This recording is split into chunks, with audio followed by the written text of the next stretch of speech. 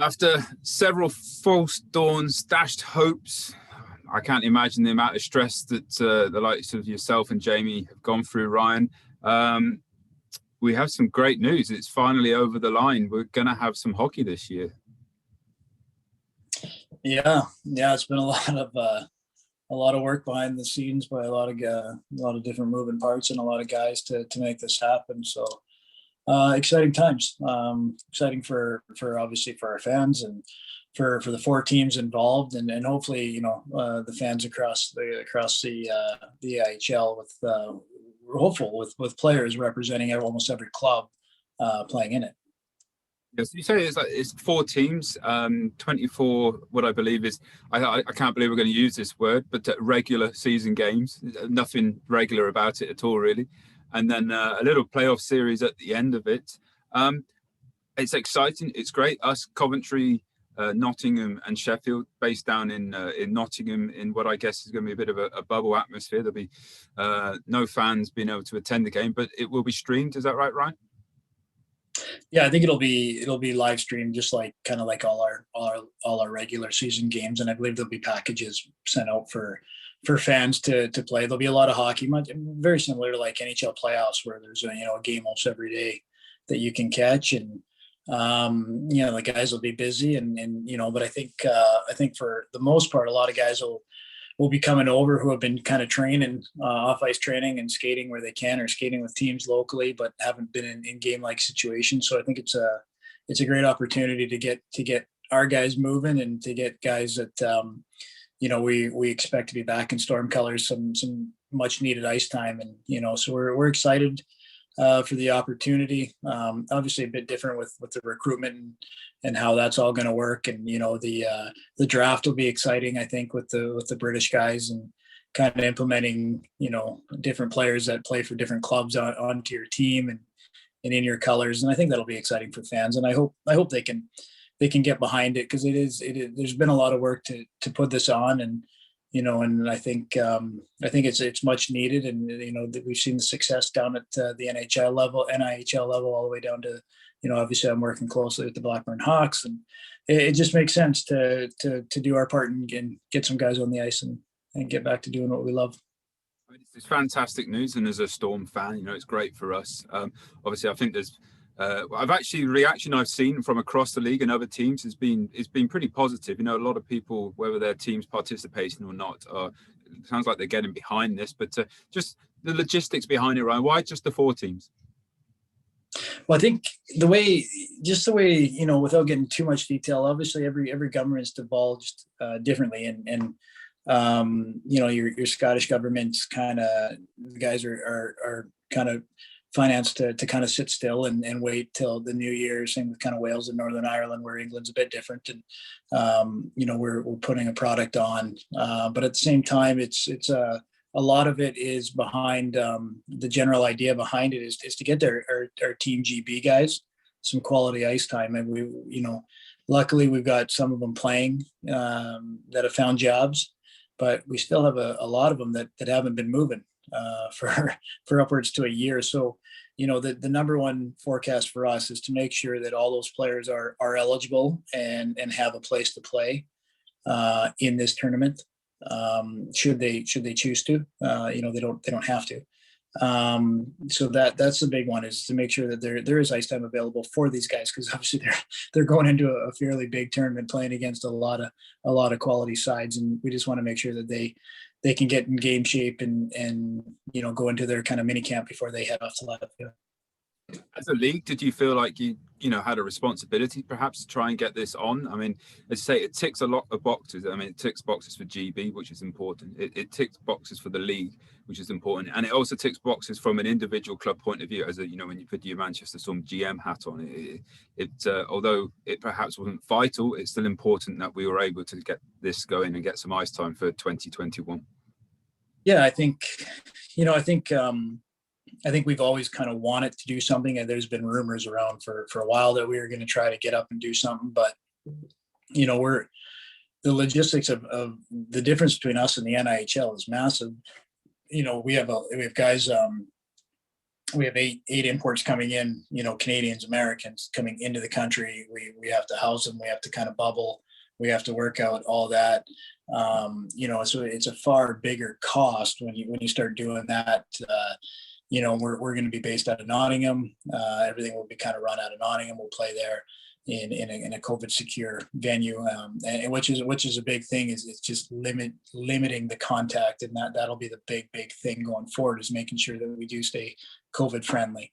We want to avoid any positive cases. We want to avoid any situations where guys will be vulnerable. So we want to avoid the crowds and make sure that everything we're doing right now, which has been the conversation today, is how the structure will work. And again, it's all to limit transmission and try to stay on the right side here and get through as many games without losing any players or possibly any teams to COVID restrictions. So a lot of work's been done behind the scenes by a lot of guys, from Neil Black, Tony Smith, Mike Calley, Jamie Tunstall, Mike Hicks. I mean, it's just endless. I mean, the amount of meetings that these guys have had and the amount of work they've put into organizing it and getting the funds and making sure that we can do this and get through. And then a lot of it, now is hoping that we want to put on a good product that fans want to tune in and watch. And, and I think it's going to be exciting. I think it's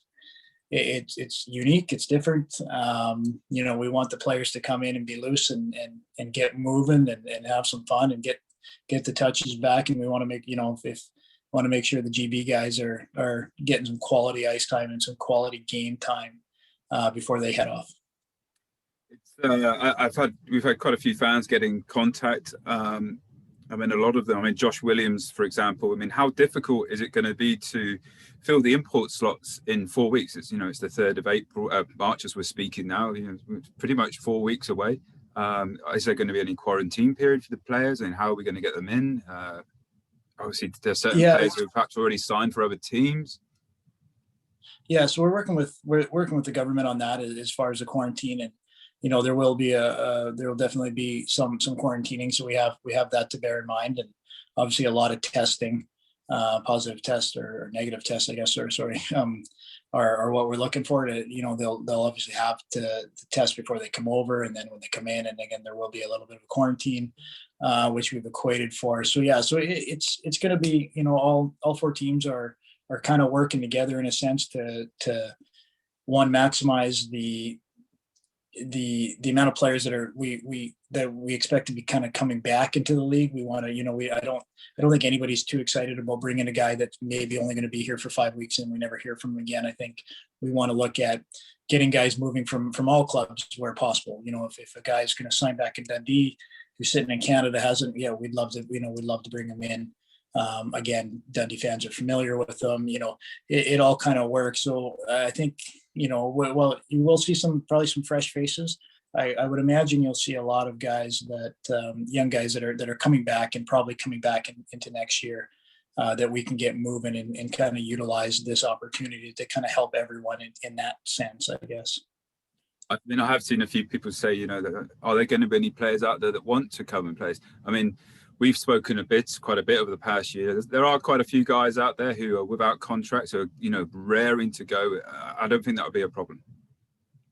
No, and I think there's the guys we've talked to so far, have been raring to go for the last 8-9 months, and that it's not about money. It's about, I want to play hockey. It's what I've been doing my whole life. I've been sitting around working out for 9-10 months, and I'm tired of it now. And so guys are excited to get back playing. Guys want to, this is what we do for a living. This is what we've done our whole lives. So, for a unique opportunity, even though it is only for 5 weeks, it means a lot to these guys to be involved and to just get that feeling back and get moving, and then hopefully take that into, what we hope is a normal season next year. Obviously we're hopeful that vaccines keep rolling out and COVID keeps going down, and we can see our fans back in our buildings, and life can go back to what we all loved before this happened. So yeah, so there will be situations that don't work for guys for whatever reason, family or commitments or whatever. There absolutely there will be, but the majority guys I think that we've spoke to are pretty excited about the opportunity. As you say, I mean, I've spoken to a couple of guys who perhaps it's not going to work out for, but they're almost, I get the sense that they're almost disappointed that they're not going to be able to get over for this. I mean, that's testament to the league, the standing that the league has, and people want to come and play in this league.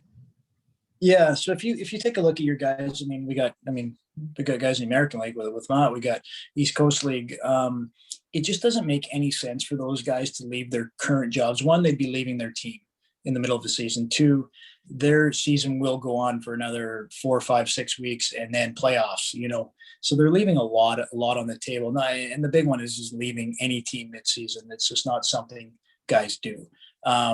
So yeah, there's guys that would love to come over. I mean, players when they come to UK either hate it or they absolutely love it and can't wait to get back. And I know we have guys that would love to be here, but at the same time they're committed, and you make commitments when you play for teams and you see it right through. So yeah, so we probably won't see too many guys playing in the East Coast League jumping ship over here. It doesn't make any sense for anyone. Obviously we've spoken to them, like we've spoken to Matt Ginn, we've spoken to Critchlow, but we've spoken to him out of respect that, hey, this is happening and we understand, but at the same time, a lot of respect, we'd love to have you here, but we completely understand that the situation isn't going to probably work. And, and that's just the kind of, I think everybody's probably having those conversations with guys. And we're working our way kind of through our list as more and more information's devolved in the last 24 hours. So it'll be some familiar faces. There'll be some faces that you've seen playing against us for years and years that are now wearing a Storm jersey. And it's kind of like, for the fans, it's just having fun with it, really. Don't overthink it. It is what it is. I mean, we're in a crazy times. We got to do crazy things to keep up with this crazy world. And this is one of it. So I truly hope the fans enjoy it. Enjoy the fact that they can sit back every night and watch a bit of hockey, familiar hockey. I think we're going to put on a great show. I think it's going to be a great event with the webcasting is going to be top notch. And I think fans will hopefully will find true value for it. And, we're definitely relying on the fan uptake. So it's going to be challenging, but it's going to be a lot of fun. Out of curiosity, we've had a few questions about, how I don't know how much you can say, but how the likes of the draft system will work for the GB players. Will we say, for example, players that play for GB but are usually Storm players? I mean, the Dallas Earharts of this world, will they go into that draft, or do you think they will stay with their teams? So all the players that have played, or British players that are with their respective 4 clubs, will remain part of that club. But you can only kind of protect 5. And then there's a lot of young guys, right? The Finlay Ulrichs, the Jacob Ludowicz's, and those obviously Shudras, and that the young guys will kind of be in the draft, but they'll be almost kind of like reserve players for that club. Like they'll be more or less probably with the same club that they're with. The draft will then, once the players, so the players, the British players that are eligible, are almost like pre-vetted, so they understand exactly what it is they're signing up for. Everybody kind of gets the same. There is no like, this guy gets that, this guy gets that. It's the money is just straight flatlined. There's no negotiating, there's no, well, if I sign for him, I can get more, because it would just be a nightmare. So everybody kind of has to agree to the same deal. They don't have to play, obviously we want them to, but and then it's just a draft system, and you just pick as you need. But obviously we're all kind of playing to a certain cap. So it is kind of a bit of a, it is almost an NHL salary cap in a sense where, you can have some guys that play here, some guys are here, obviously, but we got to interchange our lineup and make sure that we get everybody in under the same amount of money is the goal. So the draft system will be fun. I think it'll be unique, and, and hopefully the British guys will take it up and be a part of it. And I'm assuming, seeing as we live in a fair world, and unfortunately the case being our league position last year, we'll have the first pick in the draft, I take it, right? That seems to be the conversation. I imagine more discussions on it, but yeah, we should be the Edmonton Oilers right now. Oh, no, I won't go that far. Luke Corcoran was just asked, I don't think you probably is a bit too far down. Do you have any idea of the costs involved in watching for the streams? I mean, that's all going to get announced shortly, I guess. Yeah, I wish I actually did. I wish I could divulge it. I to be honest, it's just not. I mean, I've been kind of on the other side of the fence, so I do believe those will come out pretty soon. And I knew more information on it. I honestly don't. I'm kind of on the recruiting and that side of it right now. But I would imagine there will be a lot of information to flow in the next few days. Regarding webcast, actually, one question I was just asking: do you think, looking ahead past this and then into next season, with the situation is we will have a bit more of the uptake on the webcast from, say, the teams that don't do it? Like, it seems like a sensible approach. So like from the team, like the Nottingham, Guildfords. Yeah, I think for the next season we're talking, not obviously not this. Yeah, I would hope so. I would think so. I mean, that's ultimately the goal, is to raise the standard and raise the awareness that we are here. But yeah, I would hope so. Yeah. I mean, that question's is to the wrong people, really. It's we've always been a pro webcast team. So yeah, I guess I get, you can't really speak for other people, but yeah, I would, obviously, and it is almost the new modern world and new age world where being at home has kind of become the new norm, and turning, flipping your laptop up or computer on and getting access to the world is what we've been used to for the past year. So possibly that does come into play, but can't speak for him. No. David Reed was asking how many imports. I think you mentioned there could be 8 imports. 8, yeah, 8 with I believe a 20-man roster. And given that we had a few guys signed up last year and they're already playing abroad, has this changed your plans? I think what plan are we on up to the moment? Probably double Z at the moment. We've been through so many. Yeah, page 462, and yeah, I mean, we kind of have an idea. Obviously, there's just so many. There's so many, like, I guess, different variables when you're like, why didn't you bring in player X? And because it's a long time away from families.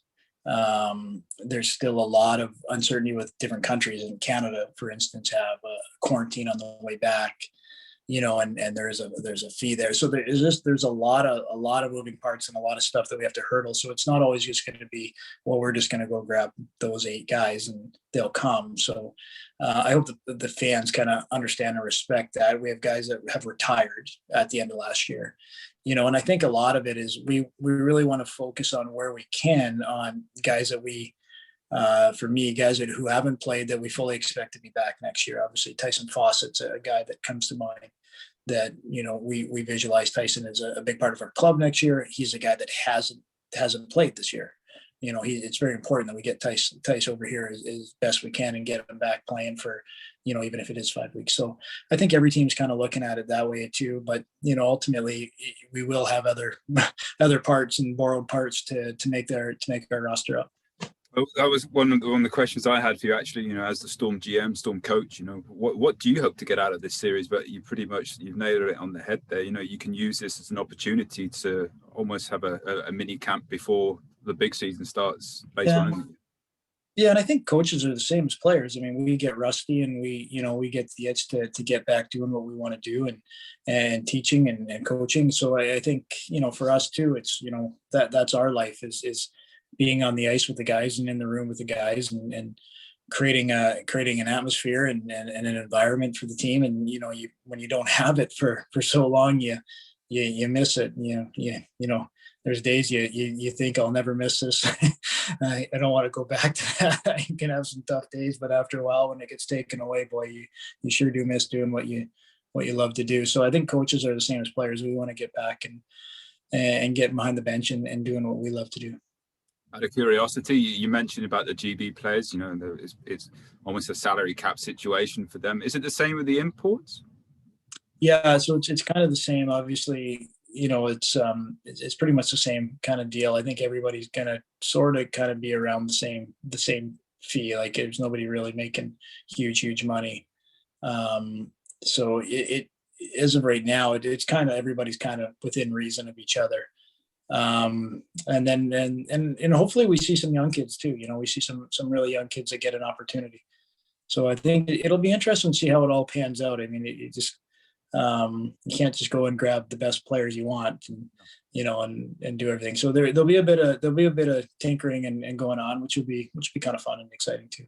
I mean, it has all the ingredients of being a really competitive, fun series to watch. And I'm not just saying that to build it up, but you look at it, it's a level playing field from a financial point of view, as close as we're going to get.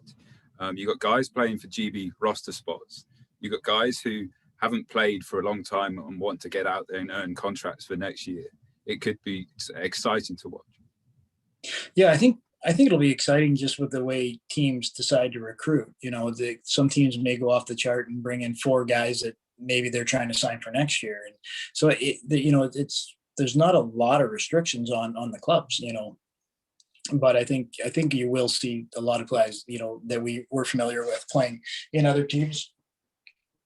But until all the names get decided and vetted and guys agree, I mean, what we're planning today, until we talk to all those guys, it could very well all change. And the other thing is, we're under a really tight timeline to get everything in with EIHL and transfer cards and everything else. We don't have the luxury of time, so we're going to move fast, which means that we don't have 2-3 weeks to sit and wait for a guy to make a decision on whether he can come. So that could very well factor in as well. And then you look at other leagues, like we don't know when Norway's going to finish, Denmark going to finish, Poland, Austria looks to be kind of finishing by Sunday. We should know which 3 teams are out, or 2 teams, or whatever it is. So there's a lot of ducking and weaving and communicating with agents and trying to figure out what the best fit is and what you want your team to look like. And I have a vision of what I want for our group, but could be very different than what Sheffield wants, or Nottingham or Coventry. No, absolutely. Ali Ross is, he's asked, will we be looking perhaps more towards Europe just for the logistics of getting players into Europe? I don't know. It doesn't seem much easier getting guys in from Europe as it does from North America at the moment. Well, obviously it's a shorter flight, and that's probably the only difference right now. It is a shorter flight. I mean, everybody's going to be coming in kind of on the same kind of visa now. We're in a post-Brexit world, so it's it doesn't make a whole lot of difference apart from it's a flight from Sweden sure is a hell of a lot easier than a flight from Massachusetts. So, but yeah, I think that will be a factor. I think, like I said, it's so easy to sit here and just kind of pinpoint what's going to happen. But there is just so many moving parts, and it's such a small window for guys to commit, and you just pack up and go for 6 weeks, and like everybody's got some commitments or family commitments or work commitments even, and so it is going to be an interesting kind of couple days or about a week, really. 7, 8, 10 days. As a league, we must be working very closely with the likes of Pete Russell as well, with the Team GB scenarios, who he's looking at, who he wants to be getting ice time. Yeah, that's the number one thing is making sure that every guy on Pete's list is afforded the opportunity to play and is given the opportunity to play if they want to play. They don't have to play, but that's the number one thing is make sure that those guys are on roster spots and are playing. And then we work from there. So absolutely, I think I think it's a big reason why we're doing this. It's a big reason why we felt so strongly that there was a need to do something. I mean, obviously, like you have the NIHL guys, but not all of them are playing in the NIHL. Like Dallas Earhart's not playing in the NIHL, so it was, and they're doing a really good job. And in games that are really competitive, I caught a couple games, and they did a good job. And some really, really good young hockey players there, and some old boys there playing pretty well. So yeah, it just gives another avenue to get everybody involved, or as many as we can, anyways. I can't imagine how excited you are personally for getting this up and running and getting back out there. What are you most looking forward to? I think just getting back on the ice with the guys, seeing old faces, whether they're from guys from Cardiff or Belfast that I've, seen for the last 5, 6, 7, 8 years. And just getting back on the ice and just kind of doing what you do. I mean, you get so used to doing the same thing over and over, and then when it's gone and taken away from you, and you get an opportunity like this to go back, you're very fortunate. So you want to just make sure you take advantage of it and enjoy the moment, and create the best atmosphere you can for such a unique event for the players, because it is unique, and some guys may be a bit uncomfortable that, guys been wearing a Devils uniform for 7 years is now pulling on a Storm uniform, like it. And that's why I say we got to enjoy it, and the fans got to embrace it. And whether it's a Cardiff fan watching their player play for Manchester, it's just enjoy it. We're here because of COVID, and hopefully, God willing, we're never here again. But while we're here, let's enjoy what we have, and thankful that we got some hockey back on television. I'm trying to think who would look most peculiar in a Storm jersey, but on Kevin Noble run through my head, but I think he might have retired in Coventry or in it. But we spoke about players switching and coming over to different teams, whether it be on a temporary basis for this series. Any scope for the coaching staff as well to get involved? The likes of perhaps Omar Pash up in Dundee, or Paul Dixon down in Guildford. Yeah, actually, you know what? It's actually kind of neat to actually mention that. It's not something we spoke about, but yeah, we haven't talked about it, to be fair. And I don't know how that. Yeah, I don't know. A good question. Maybe something we should have addressed. Maybe I'll phone Omar after. Put it out there, yeah. Yeah. I'll offer him a co-coach. Yeah, because I'm obviously thinking, you say that it's 6 weeks, locked away. It's a big commitment, and a lot of, say, the assistant coach like Mikey Moe, he's a self-employed guy. I don't know if he's going to be able to take the time off to go and Well, exactly, and that's the thing, and obviously it's different when you're in Manchester, and but when you're got to travel an hour and a half to Nottingham every day, absolutely, it's exactly, and that's the thing where we talk again about. It's not going to look exactly like we're not used to. There's going to be situations where guys just can't commit, and we fully understand that. So, and obviously I know Mikey pretty well, and I understand that summertime's a busy time for him. So it's going to be very, very, but hey, if we can get Mikey on the bench every now and again, we'd be happy. That'd be pretty cool. If we can get Mikey, yourself, and maybe Omar Pash back down, that'd be pretty special for Storm fans to see.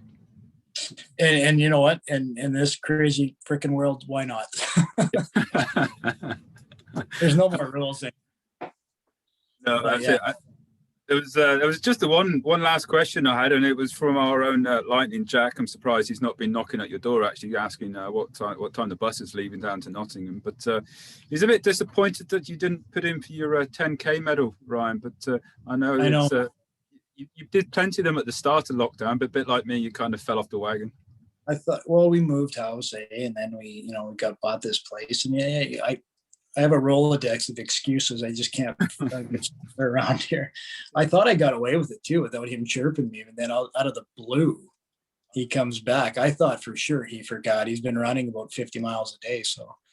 And he's not just got a forehead like an elephant. He's got the memory as well. Tell me about it. Yeah, so I guess I owe it to him. I owe him something, because he did a hell of a job though, and everybody that got involved, that was pretty fun, cool to see. But yeah, I do owe him something for that. But he's owed a lot of credit, because he put a lot of work into that. He did a great job. There's not been many bright things to come out of this whole situation, but that was certainly one of them. And I hope it can carry on. Actually, maybe as soon as we can actually do a proper Storm 10K. I don't know, around Heaton Park or something, or I don't know. But it'd be a good thing for the off season, something to do every year. Well, I think that we talked about it before. I think that's some of the true value in COVID is now we've kind of found different ways to, the season doesn't just end because of the playoffs, the Final Four. Like, I think we've now kind of found unique different ways to stay relevant, to stay in touch, to do different stuff, so our fans, remember who we are and don't just decide to come to a game in October, November again, and I think we have COVID almost to thank for that. And I think that's going to kind of transform a lot of the business and help the businesses and hopefully, fan enjoyment over a full season, a full year, as opposed to just 8 months. So definitely some positives to take out of that. And, Lightning LJ has been pretty instrumental in driving that for us in the summer. Yeah, and I think this answers also any questions that people had worried about us taking part in the season 21-22. You know, we're still here, we're still going. I suspect times are still tough and we still need that fan support, but we're still grafting away. We're still here, we're still alive. We're still alive, Steve. Yeah, and yeah, you know, and it's been a long year, a long year for everyone, and definitely everyone's had struggles, but hey, we're still here and still fighting, and now we got a little bit of hopefully a little bit of excitement for everyone to look forward to. I can't tell you how pleased I am about this, because I think I've completed Netflix, Amazon Prime, Sky on Demand. I've done them all. I'm ready for some hockey. Yeah, I know exactly. I think everybody's at, and hopefully, you know, we can hopefully with everything, the hockey can lead us back into normality, and hopefully the way, you know, the government's rolled out the restrictions lifting and stuff, we're on the back end of this, we're kind of moving on and getting back to seeing one another and normality. That's the goal, and then back in the storm shelter next season. Final question before I let you go. When can we expect some signing announcements? I got to find a contract. I don't even know what we're using for a contract. So I'm waiting for our contracts to come over, and then hopefully we can get them announced thick and fast. A text message to do, Ryan. We don't want anything official. Just, you know, who have you signed? No, nobody. I don't even have a contract. I'm waiting for them to send me a contract that has all the COVID rules and restrictions. So yeah. So no, we've had some conversations, but no actual signing. But to be fair, they haven't actually had anything to sign. So. Okay. Well, I got a funny feeling it's not going to be long, because there's not long to go. So no. So keep your eyes open, and we'll be no doubt making plenty of noise when we got something to say.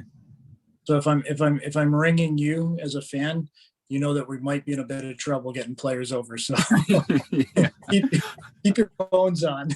I did see the Elite League put out a tweet a couple of hours ago advertising for British players. If you've not been contacted, get in contact. Yeah, and I can explain that because it kind of look kind of weird, but we need players to register, right? So if you're not registered, then you can't participate. What we can't have is like player X showing up out of the blue. You know, everybody, they kind of got to be pre-vetted, understand exactly what they're getting into, just to eliminate anybody signing and then going, oh, actually I can't come, or oh, I didn't know it was this, or, you know.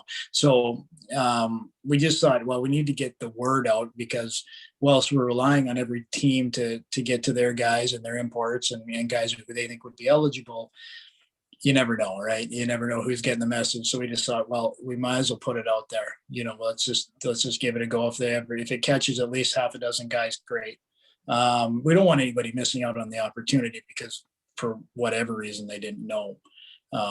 So yeah, that's kind of the idea behind it. I thought it'd be funny if the fans got involved and started registering.